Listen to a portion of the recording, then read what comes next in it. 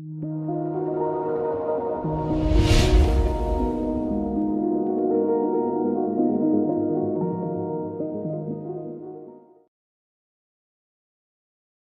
Everyone, welcome to Idea India Digital Academy. कल हम लोगों ने क्लास 10th का ही 7.2 का कुछ क्वेश्चन देखा था। तो आज हम लोग 7.2 का ही आगे का कुछ क्वेश्चन देखेंगे।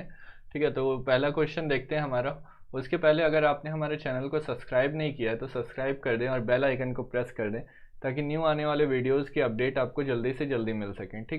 तो पहला क्वेश्चन पढ़ते हैं। क्या है पहला क्वेश्चन हमारा? Find the coordinate of the point which divides the line segment joining A -2 and B 2 8। ये दो कोऑर्डिनेट दे दिए हैं दो पॉइंट के इनटू 4 इक्वल पार्ट्स।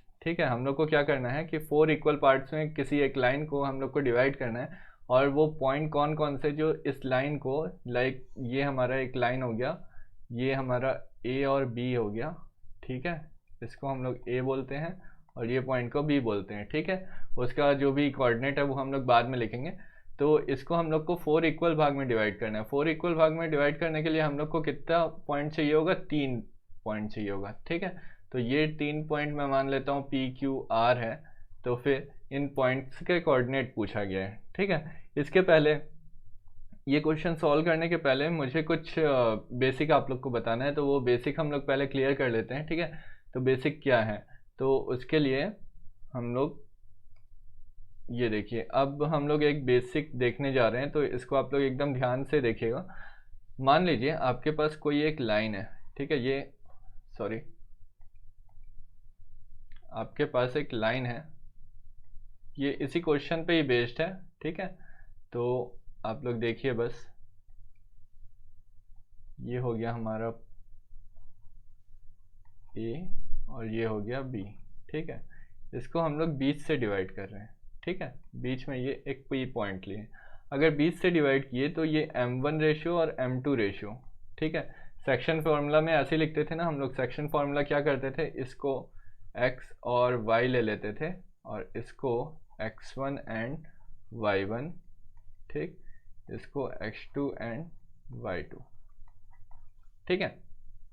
तो अब देखिए, अब हम लोग यहाँ पे लिखते हैं, सेक्शन फार्मूला लिखते हैं इसके लिए। तो X का value, X is equal to M1 X2 plus M2 X1, ऐसे ही लिखते थे, और डिवाइड में M1 प्लस M2। अब यहाँ पे ये, अगर ये मैं सेंटर पे लिया हूँ, ये P पॉइंट को मैं मान लीजिए सेंटर पे लिया हूँ, तो फिर ये वाला जो M1 है ये इक्वल होगा M2 के। अगर मैं ये सेंटर में से काट रहा हूँ, AB लाइन है कोई, उसको मैं बीच से डिवाइड कर रहा हूँ एकदम सेंटर से, तो फिर ये M1 इक्वल होगा M2 के, होगा ना।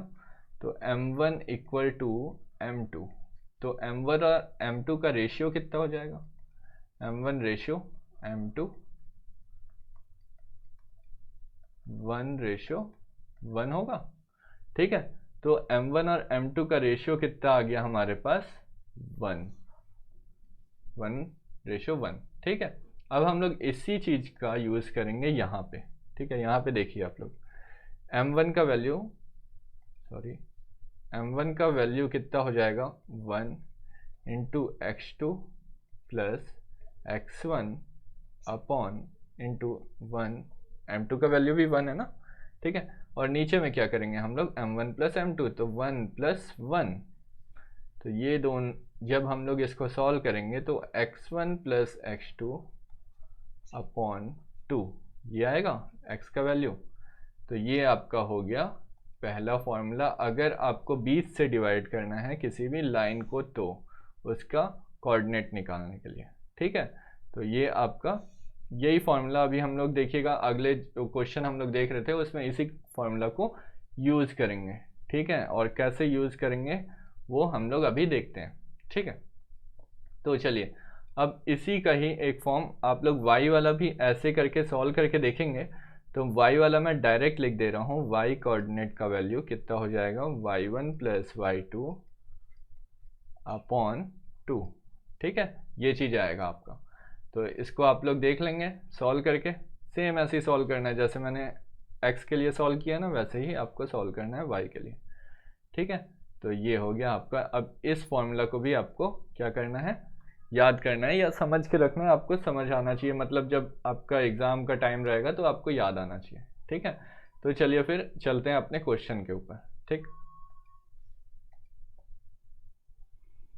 तो ये था हमारा क्वेश्चन। ठीक है, अब क्वेश्चन को सॉल्व करते हैं। वैसी लाइन सेगमेंट बना लेते हैं। ये आपका हो गया एक लाइन। ठीक है, अब इस लाइन में मार्किंग कर देते हैं, ये ए पॉइंट, ये बी पॉइंट। ए का कोऑर्डिनेट क्या है, -2 एंड 2, वैसे ही बी का कोऑर्डिनेट 2 और 8। ठीक है, अब इसको क्या करना है हम लोग को, टोटल 4 भाग में डिवाइड करना है। 4 भाग में डिवाइड करना है तो क्या करेंगे हम लोग, 3 पॉइंट लेंगे। ठीक है, इसका नाम दे देते हैं पी, क्यू एंड आर। ठीक है, अब 4 इक्वल भाग में डिवाइड है, तो फिर ये देखिए, पहले मैं ये क्यू पॉइंट को निकाल लूँ क्या, ये वाला क्यू पॉइंट। ठीक है, इसको निकालना थोड़ा सा इजी है, आप लोग देखिएगा कैसे। ठीक है, तो क्यू पॉइंट को निकालने के लिए मैं क्या करता हूँ, ये देखिए यहाँ से लेके यहाँ तक का जो डिस्टेंस है, ठीक है, ए क्यू इज इक्वल टू होगा क्यू बी के।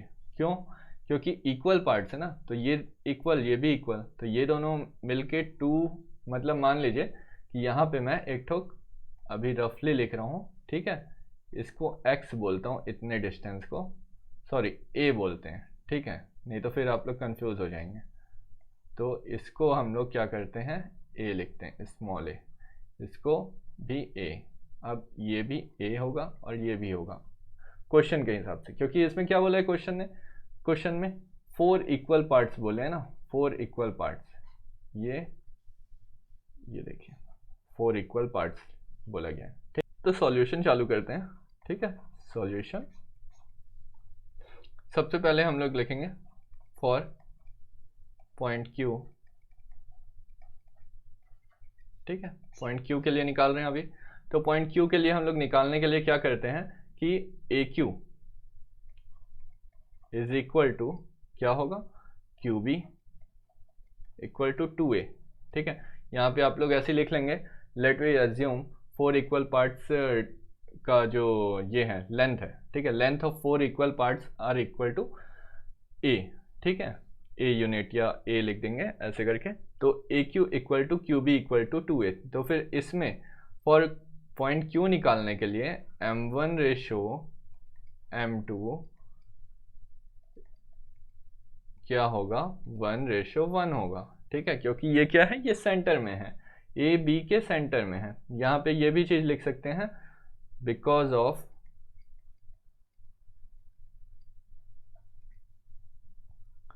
क्यू पॉइंट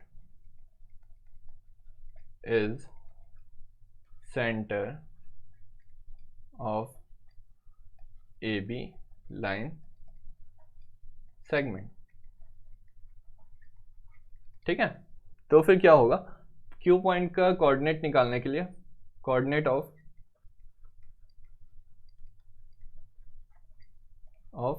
पॉइंट क्यू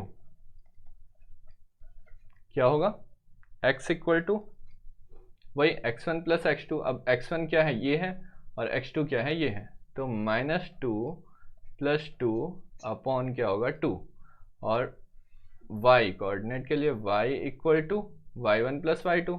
ये आप लोग यहाँ पे वो लिख लेंगे, फॉर्मूला लिख लेंगे। ठीक है, y इक्वल टू y1 क्या है, 2 + 8। ठीक है, 2 + 8 अपॉन 2, तो ये दोनों सॉल्व होके ये 10 हो जाएगा, 2 और 8, और फिर डिवाइड बाई 2 करेंगे तो फिर कितना हो जाएगा, 10/2 यानी कि 5। ठीक है, और x की वैल्यू क्या हो जाएगी, ये -2 2, तो ये दोनों तो 0 हो गए, 0/2 इज इक्वल टू 0/2 हो या 0 मल्टीप्लाई बाई कोई भी वैल्यू हो, वैल्यू कितना आता है, 0 आता है। तो कोऑर्डिनेट ऑफ क्यू का क्या आ जाएगा हमारे पास, कितना आ गया, 0 5। ठीक है, अब ये 0 5 को हम लोग यहाँ पे लिख लेते हैं, 0 और 5। ठीक है, अब हम लोग P और R के लिए निकालते हैं। ठीक है, तो इतने चीज को मैं डिलीट कर देता हूँ। ठीक है, इरेज कर दे रहा हूँ। ठीक है, तो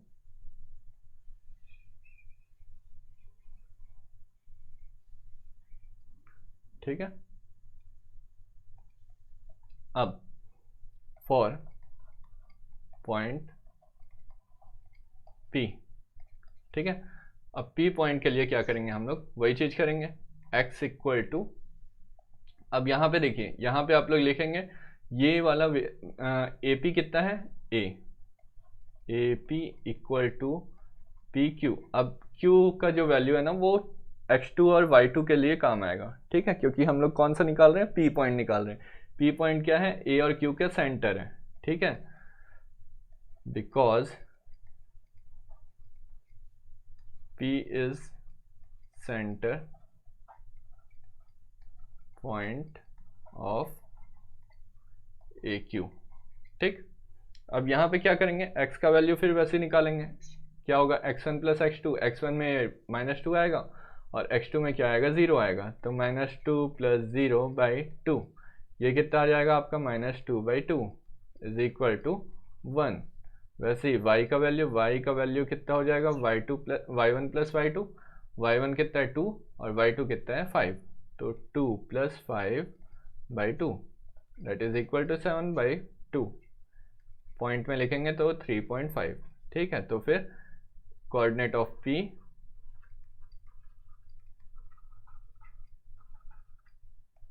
इज इक्वल टू 1 3.5, ये।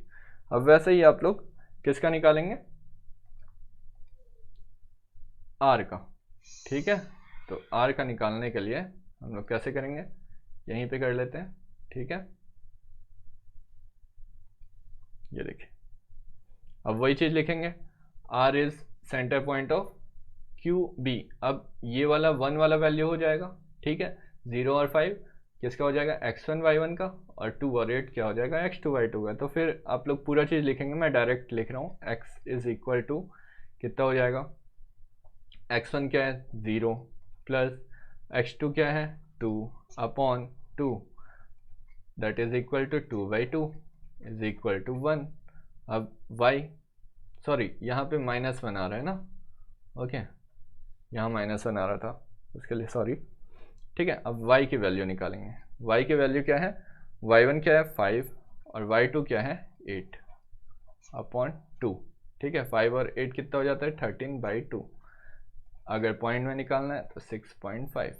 तो फिर कोऑर्डिनेट ऑफ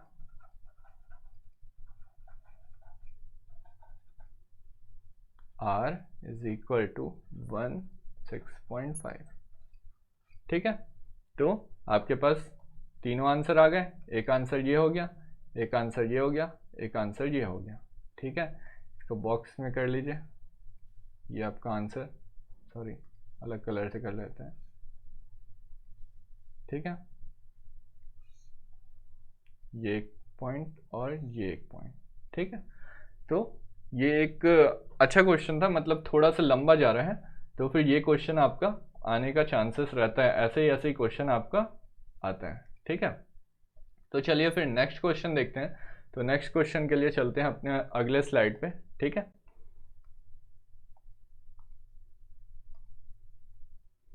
तो नेक्स्ट क्वेश्चन देखिए, नेक्स्ट क्वेश्चन हमारा क्या है, find the area of, 1 second, find the area of rhombus of if its vertices are 3 0 4 5 -1 4 और एक और है -2 1 टेकन इन ऑर्डर, ठीक है। अब यहाँ पे एक हिंट भी दिया हुआ है, आपके बुक में दिया था तो मैंने यहाँ भी ले लिया।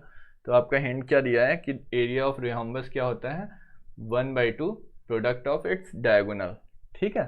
तो और इसमें क्या बोला है कि ऑर्डर में लेना है, एक ऑर्डर में, मतलब कि अगर हम लोग कहीं से स्टार्ट कर रहे हैं तो फिर ये नहीं करना है। चलिए rhombus पहले देखते हैं, फिर उसके बाद इसके डिस्कस करेंगे कि ये कैसे बनेगा, ठीक है। तो एक rhombus बना लेते हैं। rhombus में क्या रहता है, इसका प्रॉपर्टी आप लोग को पता है, चलिए मैं बता देता हूँ, ठीक है। ये एक आपका बना rhombus,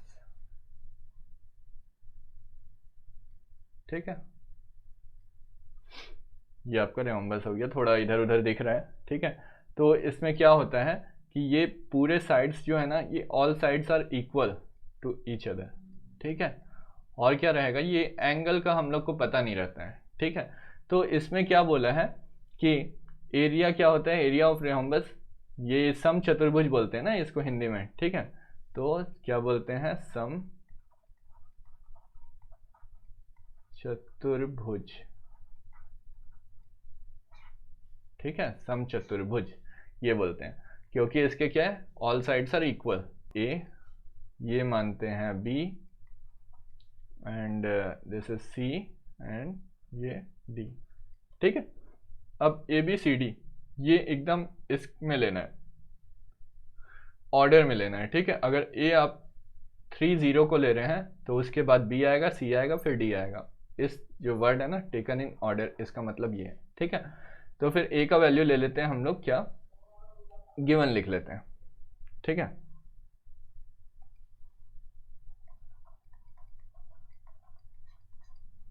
A is equal to क्या है, 3 0, ठीक है। B is equal to 4 and 5, C is equal to -1 and 4, D is equal to कितना है, -2 and -1, ठीक। अब इसके बाद देखिए यहाँ पे हिंट में क्या दिया है हम लोग को, हिंट में बोला है हम लोग को area of rhombus is equal to -1/2 product of its diagonal, ठीक है, प्रोडक्ट ऑफ इट्स डायगोनल। अब डायगोनल क्या होता है, डायगोनल तो आप लोग को पता है, ठीक है। अगर नहीं पता है तो हम लोग अभी देख लेते हैं कि क्या होता है डायगोनल। तो ये देखिए, ये होता है आपका डायगोनल, अभी बताते हैं आपको।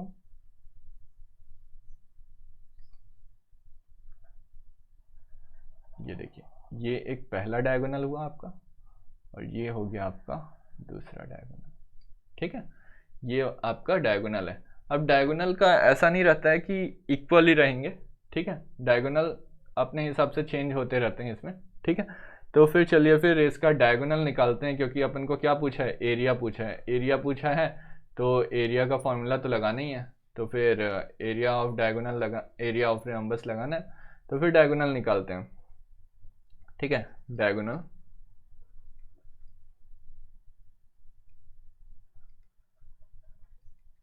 डायगोनल ए सी, पहले ए सी, ठीक है। तो फिर ए सी के लिए हम लोग को कौन सा लगाना है, डिस्टेंस फॉर्मूला लगाना है, ठीक है। तो डिस्टेंस फॉर्मूला हम लोग कैसे लगाते थे, ए सी इक्वल टू √x2 - x1, एक बार मैं लिख दे रहा हूँ, ठीक है। फिर उसके बाद अगले बार से नहीं लिखेंगे, y2 - y1 का होल स्क्वायर। ये आप लोग को बताया था मैं, इसको याद नहीं करना था, आप लोग को कैसे लिखना है वो मैं बता दिया था, ठीक है। ए और सी को लेना है, ठीक है, यहाँ से ए को लेना है, ठीक, ये देखिए, ये ए लेना है और ये सी लेना है, ठीक है।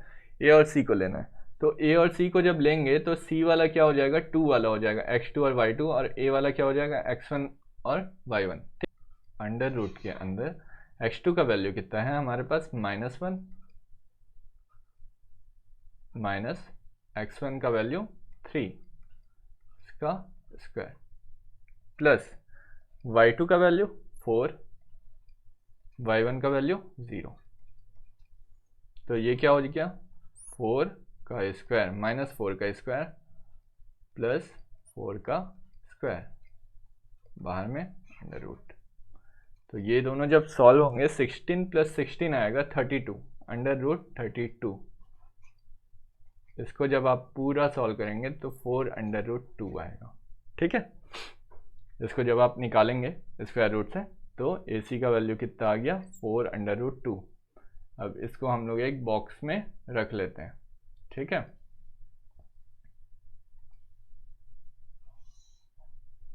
ये अब उसके बाद हम लोग को सेकंड वाला इसका जो ये है क्या बोलते हैं, सेकंड वाला डायगोनल है, उसके ऊपर काम करते हैं, ठीक है।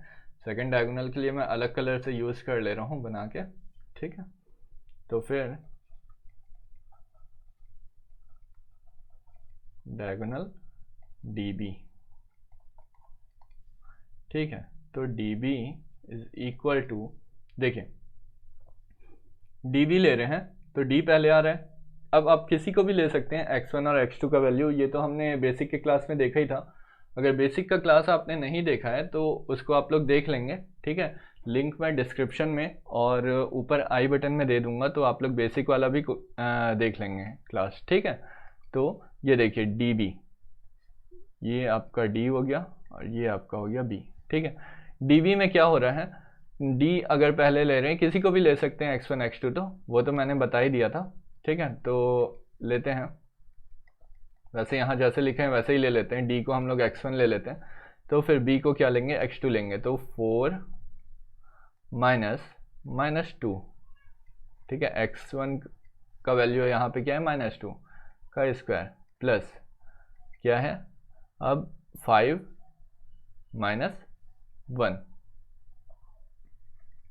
5 माइनस 1, ठीक है, इसका भी स्क्वायर। अब यहाँ पे सॉल्व करते हैं इसको, अंडर रूट के अंदर सब चीज़, 4 माइनस माइनस क्या हो गया, +2 का स्क्वायर, प्लस 6 हो जाएगा, मतलब सॉरी 5 + 1, मैं डायरेक्ट लिख दे रहा था, तो ये हो गया। अब यहाँ पे 6 का स्क्वायर प्लस 6 का स्क्वायर अंडर रूट के अंदर, ठीक है। अगर ऐसा चीज़ आ जाता है ना, तो आप लोग को ये पूरा मल्टीप्लाई करके लिखने की ज़रूरत नहीं है। देखिए यहाँ पे भी ये चीज़ आया था, तो क्या होता है, ये अंडर रूट जो 4 वाला चीज़ है ना, वो बाहर आ जाता है, ठीक है, जो इसमें स्क्वायर लगा है। क्यों, उसका एक मैं रीज़न बताता हूँ। ये देखिए, ये 6 स्क्वायर है और ये भी 6 स्क्वायर है, तो ये क्या बन जाएगा, 2 × 6 का स्क्वायर, ऐसा बन जाएगा। अब जो 6 का स्क्वायर लिखा है वो तो अंडर रूट के बाहर आराम से ईजिली आ सकता है, तो फिर उसको हम लोग बाहर कर दिए और अंदर में क्या बच गया, अंडर रूट 2। तो ये हो गया db का वैल्यू, ठीक है। तो db का वैल्यू ये आ गया आपका। अब इसके बाद अपन को क्या करना है, अपन को वही एरिया का फॉर्मूला लगाना है जो हमको दिया हुआ है, ठीक है। तो एरिया का फॉर्मूला लगाते हैं हम लोग, कैसे लगाएंगे, अब देखिए, एरिया ऑफ रेहोम्बस क्या है हमारे पास, half product of its diagonal,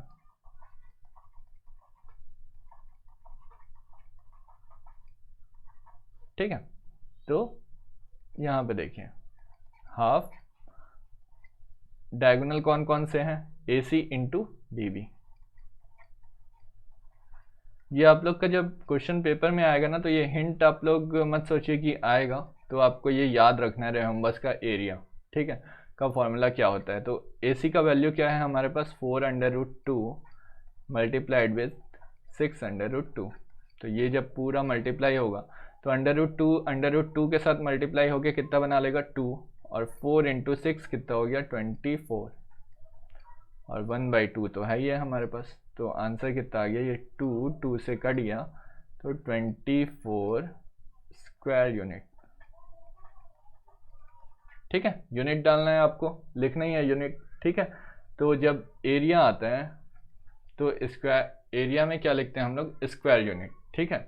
वैसे ही अगर आप लोग से वॉल्यूम पूछा जाएगा, तो वॉल्यूम में अगर आपको कुछ नहीं पता है तो आप लोग क्या लिखेंगे, क्यूबिक यूनिट, ऐसे ही लिखते हैं हम लोग, ठीक है। तो ये आपका हो गया एरिया, ठीक है। तो ये आपका सेकंड क्वेश्चन भी कंप्लीट। अब इस एक्सरसाइज में जितना भी क्वेश्चन है ना, वो सब आपसे बन जाएगा, ठीक है। और अगर नहीं बनेगा तो हमारा फेसबुक पेज तो है ही है, वहाँ पे आप हमको मैसेज कर सकते हैं, या तो यहाँ भी आप लोग हमको कमेंट में बता सकते हैं, तो हम लोग उसका सॉल्यूशन प्रोवाइड कर देंगे, ठीक है।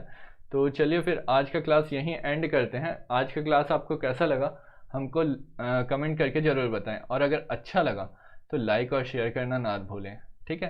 तो फिर चलते हैं, उसके पहले आप अगर हमारे चैनल में नए हैं तो चैनल को सब्सक्राइब कर दें, और हमारा ये जो फेसबुक पेज है, ठीक है, तो फेसबुक पेज में आप लोग को पता है क्या करना है, आप लोग को तो बताया हूँ मैंने, ठीक है। ये क्या करना है आपको, यहाँ पे लाइक बटन है, ये लाइक बटन को प्रेस कर दें, और ये आपका यहाँ से डायरेक्ट आप लोग क्या है, हमारे यूट्यूब पेज पे जा सकते हैं और मैसेज करके हमको कुछ भी क्वेश्चन पूछ सकते हैं, ठीक है।